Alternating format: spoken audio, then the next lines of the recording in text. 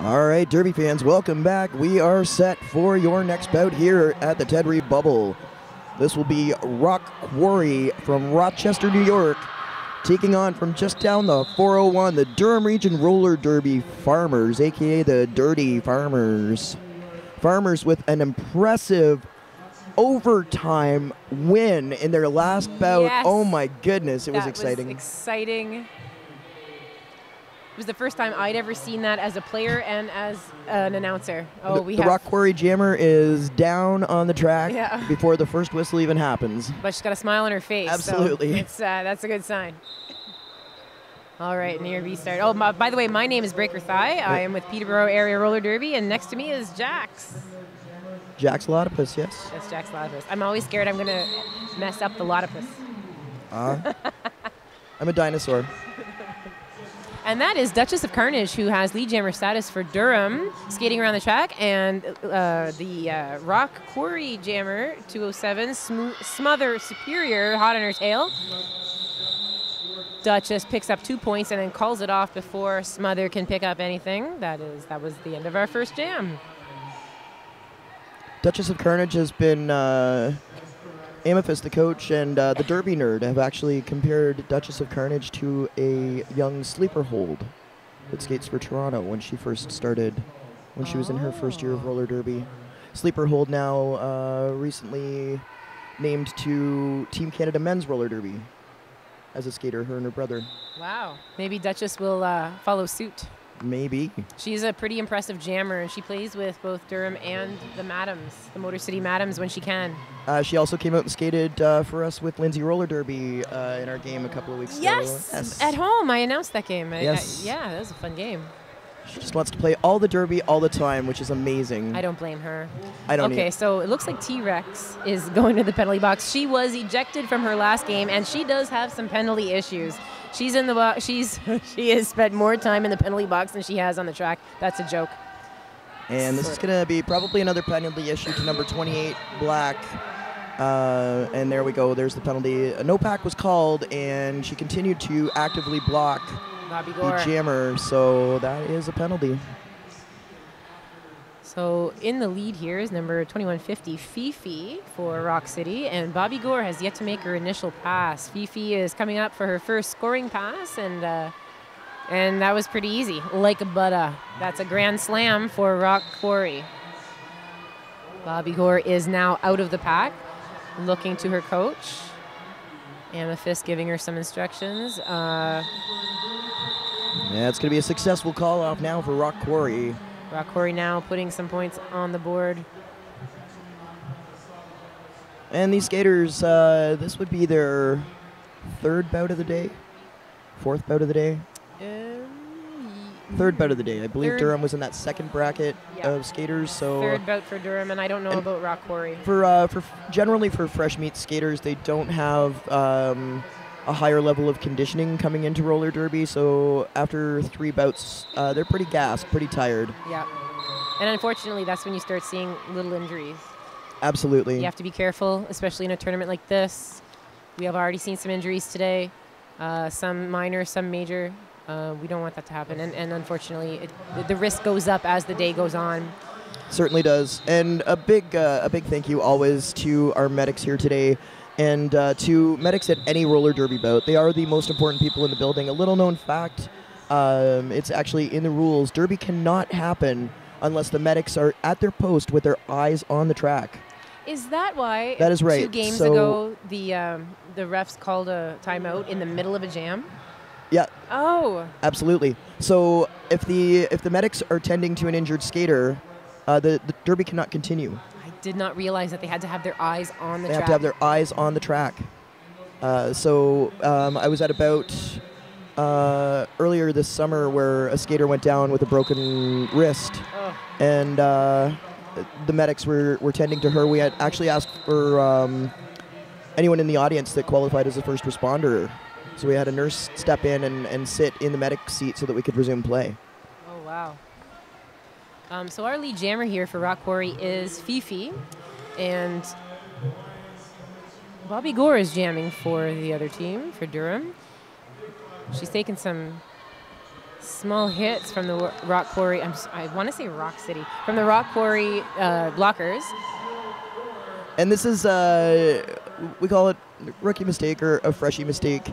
Bobby Gore wasn't sure whether she stepped out for a track cut. So if you're unsure, always err on the side of caution and just reset yourself at the back of the pack.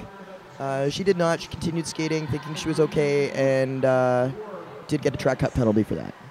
And they're the worst. They're the easiest, most frustrating penalties to get as a jammer. You don't want them because if you're not on the track, you can't score any points. But they get 30 seconds of just playing around. And in this case, it's going to be 10 points for Rock Quarry.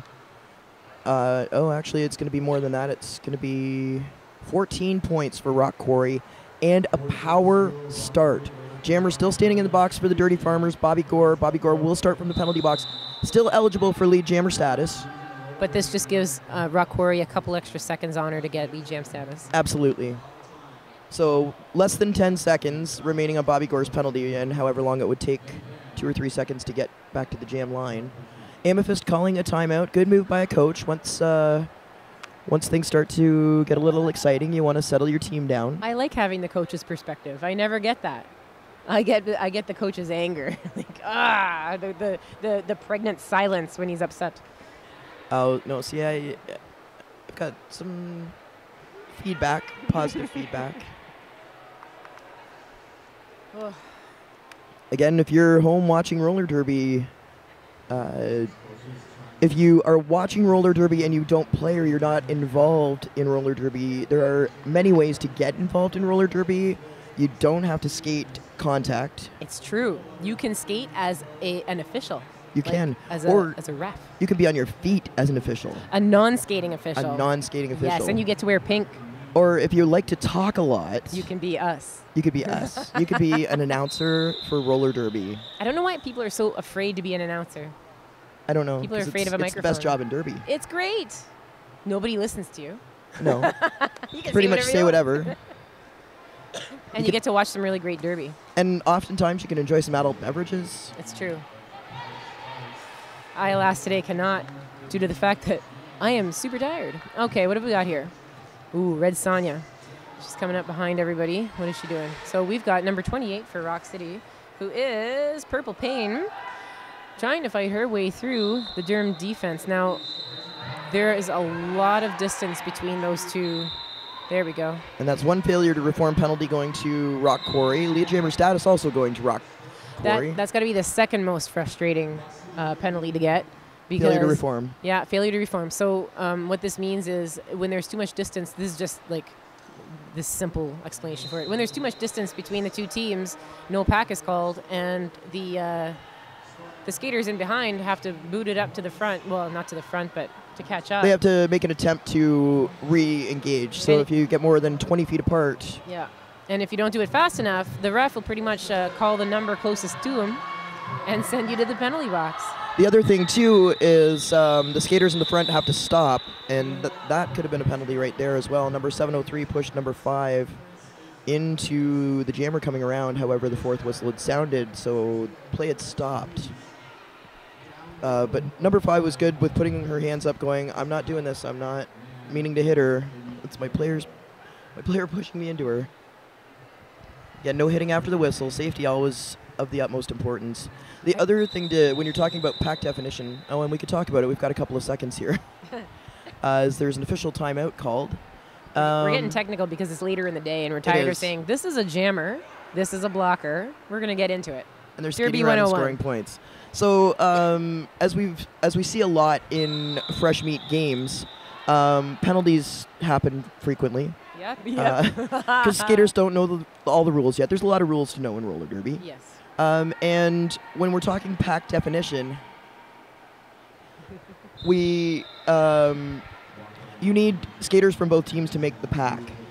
That's right. Yes. So if for some reason, generally in the penalty box, you can only have 2 blockers and a jammer from each team at one time. However, if one of those blockers is standing and a third blocker gets a penalty, they can go in and sit in the chair and wait to start their penalty. So then you essentially have one blocker on the track for one team. That blocker must stay within 10 feet of the pack. Of the other skaters because they make the pack. Yep. So the second they go after the jammer and get 10 feet, more than 10 feet away, they've now destroyed the pack and get another penalty. So there's another way to a strategic way to keep the pack with you, and that is to goat. Can you explain, as a coach and a longtime player, what goating is? Goating is essentially you capture, in the situation where we've got Team Black, Team White, Team Black would get... Swarm. Yeah. One of the Team White players at the back of the pack, maybe they got hit out and they had to reset behind the pack, and they can't get through. They can't rejoin their teammates. Sometimes we call that low-hanging fruit as a jammer. Yeah. And it's good in situations where if there are other blockers in the penalty box, those are called ghost points. So if you're able to hold, if Team Black holds a white skater at the back of the pack, and their jammer comes through and gets past that one, and there's 2 in the penalty box, that's instantly 3 points. So yeah, that's worthwhile. The other example of goating, which a lot of teams don't do, is the farmers. Let's say the farmers, the jammer got away from them. So Rock City's jammer, let's say, is skating around the track. If the farmers are able to get one of the Rock City skaters in front of them and speed up the pack, it's called front goating. I've not seen it before. They can then essentially burn out the jammer. The jammer might have to be forced to call up the jam because the pack is now at the front, and they're skating really fast. The jammer can't catch up to them. Brilliant. Hard to do, but brilliant. All right, we've talked all the way to another timeout. We got into it. We explained it. We beat it to death, and now the farmers did put 2 more points up on the board. They had started out with the 2-0 jam to start this game, and then Rock Quarry kind of took over. Big time. It is now 41-4 for Rock Quarry. So, and the Dirty Farmers, give them a lot of credit. They are playing with a very short bench. This is an official review right now, called by Durham. Durham, I skate with Durham sometimes, when I'm not skating with Party. Or when they'll have me. Let's be real. When they ask me to do it, I do it. And they've got a lot of potential on that team. A lot of really great new skaters. Like I said, it's their first. Some of them, it's their first couple of months. A lot of potential there. A lot of track awareness coming along. Some quick feet on some of them. As you said, Duchess is going to be a great jammer. She's going to have a long and illustrious Derby career? Yes, I was going to say Derby. I was trying to decide Derby or jammer career. So we see here wearing the star for Durham, speaking of Durham, Executioner, who we had 2 foul-outs last Farmers game, Mexi and T-Rex. As I said, T-Rex has a hard time to stay out of that box. Right now, we see T-Rex with her back to us, and they are holding that jammer back. Meanwhile, Bobby Gore is trying to... And she does. She makes her way through the Rock Quarry defense. Rock Quarry turns around and is going to try and pick off some of the Durham players to allow their jammer through, and it's successful. And that's Fifi jamming for them. Now back to the pack. Bobby Gore now on a scoring pass, coming up on the inside. A couple blockers left to beat. And Bobby Gore is going to call off the jam. It's going to be 3 more points up on the board for the Farmers, taking them up to 7. They need it. We are almost halfway through this bout, and that's a big deficit. I mean, it really is anybody's game. All we need are 2 power jams for the Farmers, and they can make up that differential. But it's at this point in the day, with everybody being so tired, it is tough. We talk about track awareness and pack awareness and all the things that fresh meat struggle with because they're so new to the game and new to all the little nuances and strategies and things that are roller derby.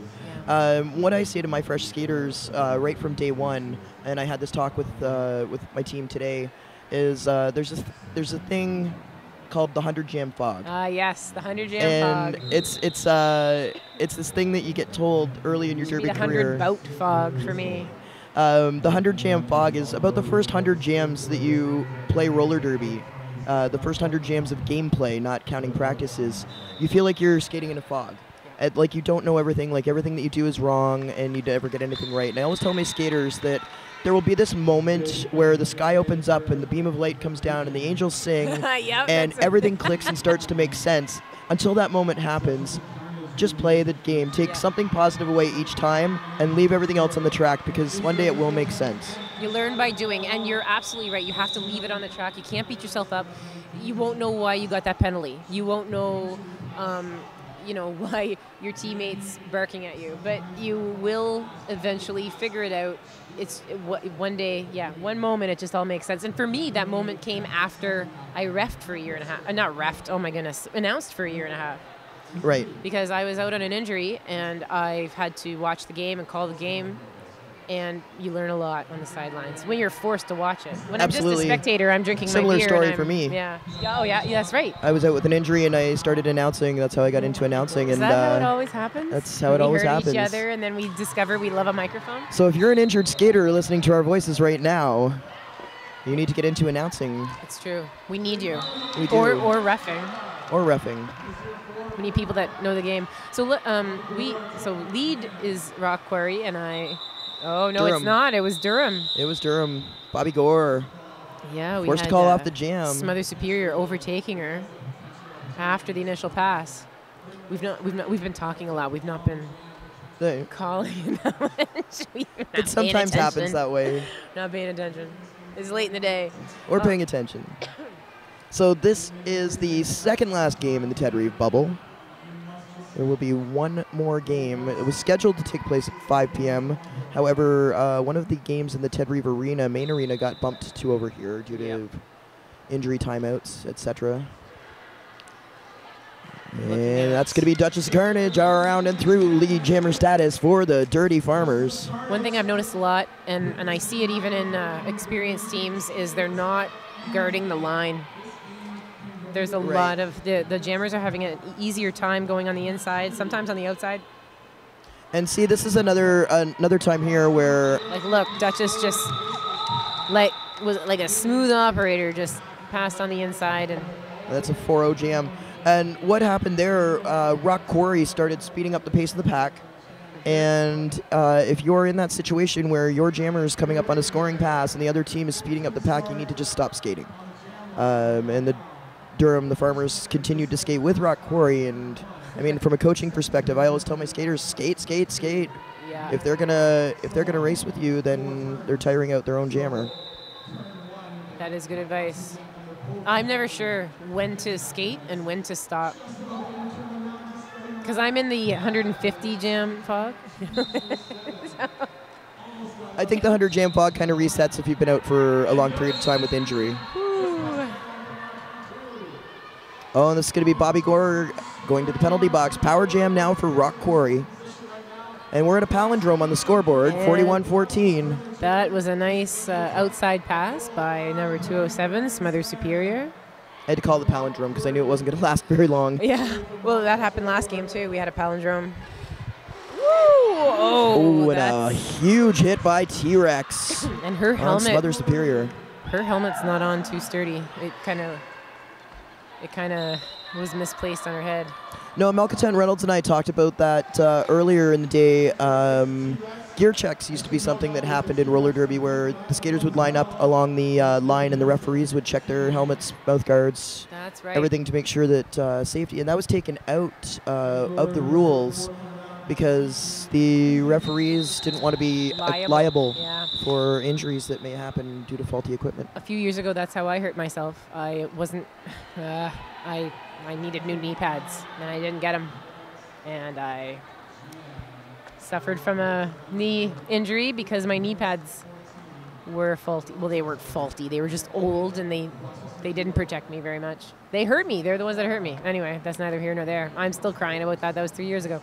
Again, always skaters maintain your gear. Maintain your gear. If your gear's worn out, get new gear.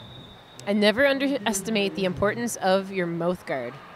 Oh, mouth guard's hugely important, especially if you get the triple layer mouth guards. They will help protect against concussions, symptoms. Yeah. You'd never think your teeth are the gateway to a concussion. Exactly. And like my skater today, when she took the elbow to the chin, that's a concussion-worthy hit without a proper mouth guard. Is she okay? She's fine. Yeah, she's great. And again, good on the medics following up with our skaters that have been injured, going back and making sure. Can't talk enough about the medics at any derby bout. Testing. Okay. I think my microphone sometimes cuts out because I can't hear myself. I believe this is a power start going to happen here for Rock Quarry because Duchess of Carnage went to the penalty box, and she's still sitting there, so they've got some time. At least 11 seconds. My volume just went up. Did you? I turned your volume up. Oh, you turned it up. Is it too loud now? No, it's fine. Okay. You said you couldn't hear yourself, so. No, I think it was cutting out. Oh, okay. I fixed. That's your volume. Oh, that's good to know. Good to know, because I think I'm sitting here again next bout, eh? Next bout, eh? Eh? There we go. That was very Canadian of you. Oh, I know. There was a lady, first bout, she tried to correct my pronunciation of one of the names. And I'm like, that's what I said. It's my maritime accent. Sorry. Sorry, ma'am. That's just how I say it. Which one was that? Which player? Which game? Yeah, which? Oh, I don't remember. Hang on. I'll look. It was an A sound. She thought I was saying sauce. And I was saying sass. Sass. Something sauce. Something sass. Let me see. And I was like, sorry. Don't make fun of me. It doesn't matter. We're still in a timeout. We're still in a timeout, an official timeout. Obviously, I'm still a little hurt over that accent thing. I don't get the accent thing very often because I'm pretty much on upper Canadianized. But every now and then, we'll go park the car at the bar, and you can hear it come out. Bar. The bar. Bar. Go for a rip. Let's play some derby. Love it. Go for a rip. Yeah. It's a little slippy out there.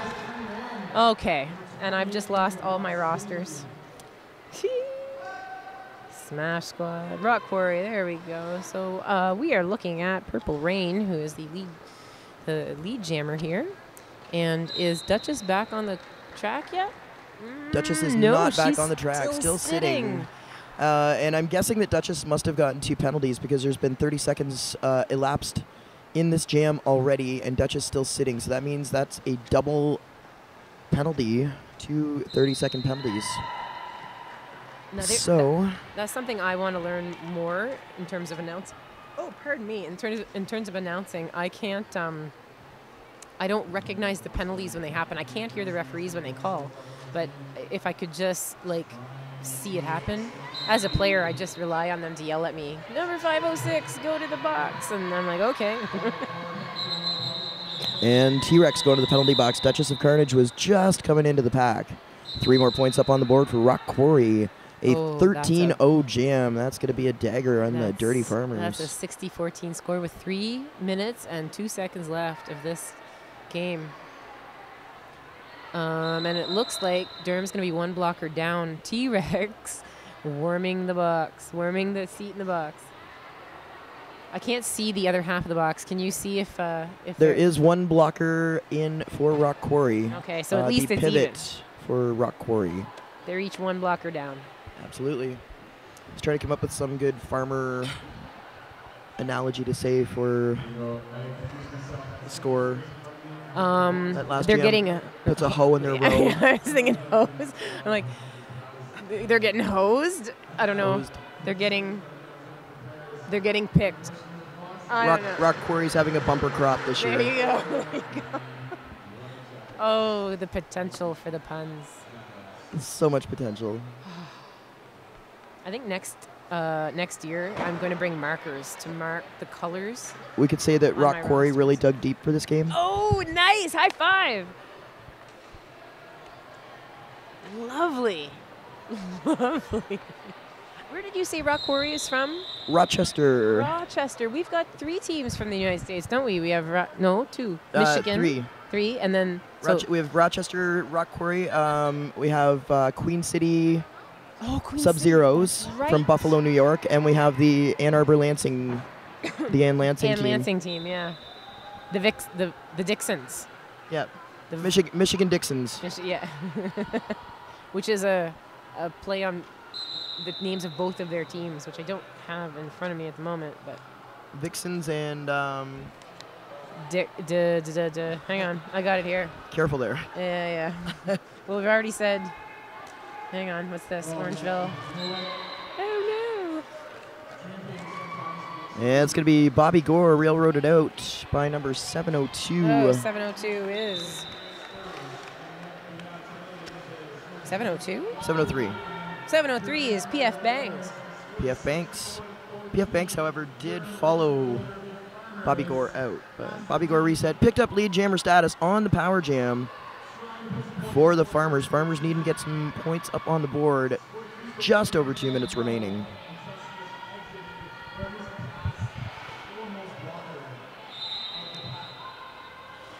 Now I'm just watching. Oh, that was a nice pass by. That was virtually undetected right Yeah. through the pack, and Smother Superior. She does have some, a lot of, she's able to see the holes and exploit them. You can't take anything for granted when you're a blocker and you have a jammer like that.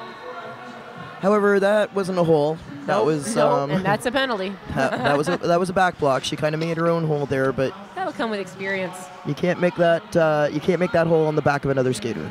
Do you remember? You might not. Was that Lindsay Roller Derby's gold and silver? Silver, gold, red, scrimmage? green. Yeah, and it was my first time playing and first time jamming, and I just put my head down and went right through a floor wall. Wow, that was the days of 2-minute penalties. So that was so dangerous. I didn't know what I was doing. Right. Yeah, I can't forget it. 'Cause I still get made fun of for it. I was going to say, do you have a permanent dent in the top of your head from that? From the helmet kind of pushed in? Yeah. I would like to give a huge thank you publicly to Mr. Force for providing layer9.ca. Oh, Layer 9 is amazing. So thank you so much to Mr. Force for coming here, volunteering his time, setting up 2 arenas for a live stream broadcast all day long. With mics. With mics, with cameras. And did I mention volunteered his time? So if you are able to and want to support, donations always welcome to layer9.ca. You can contact Mr. Force through layer9.ca and find out how to go about making a donation if you like what you're seeing and I hearing did not today. know we could make donations. You That's can always good to make know. donations. I like watching that channel. You can, that's on YouTube, Layer 9 on YouTube, and he also has his layer9.ca. Layer9.ca, you can get all the game feeds. You can go back and watch the Fresh and Furious meat from back like in 2013 when I was barely able to stand on skates. You can also see on the YouTube channel, you can go back and see some of the toured games. Quad City Chaos. Yeah. Absolutely. They even broadcast the Farmers playing there in May. I don't know when it was, but. So again, big thank you to Mr. Force, layer9.ca. And that is the whistle that ends this bout. The unofficial final is 76-17 for Rock Quarry. We're just waiting for that long whistle to indicate that is the final score.